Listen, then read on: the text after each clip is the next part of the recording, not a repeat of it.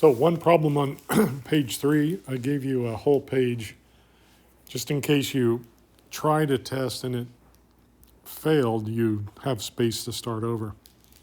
But, we see a factorial, so that should make us think that we're going to do the ratio test. Also, I posted a problem. One of the problems I posted was almost identical to this, and it's one that I provide a solution to. It was actually this one. So maybe if you saw that, this one's actually slightly easier because the base is e.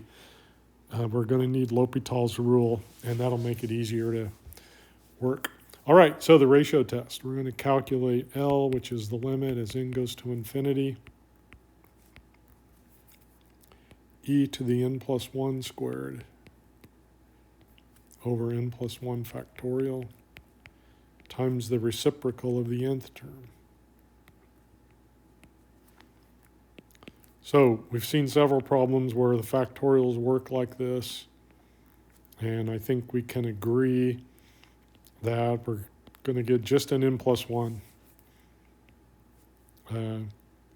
considering the factorials.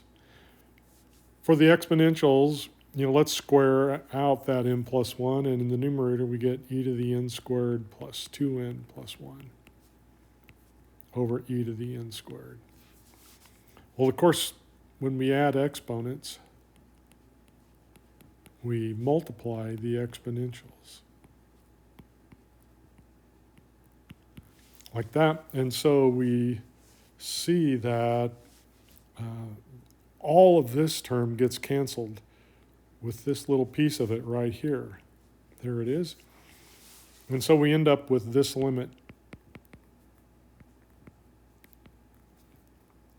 E to the 2n plus 1 over n plus 1. Of course, that's an indeterminate form. So we'll do L'Hopital's rule.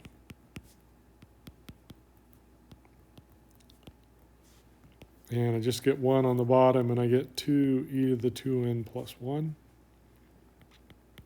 And that clearly goes to infinity, which, in case you're wondering, is bigger than 1. So it diverges. So it's an interesting problem because we've been encouraged to think that factorial is, super fast growth, and it beats all exponential growth. And it does, but this one's a little more complicated. So we have exponential composed with a quadratic. And unless you read through that example, we've never seen anything like it before. And so, we might have a feeling what might happen, and I might have guessed that the factorial would dominate, but instead we see the numerator takes charge.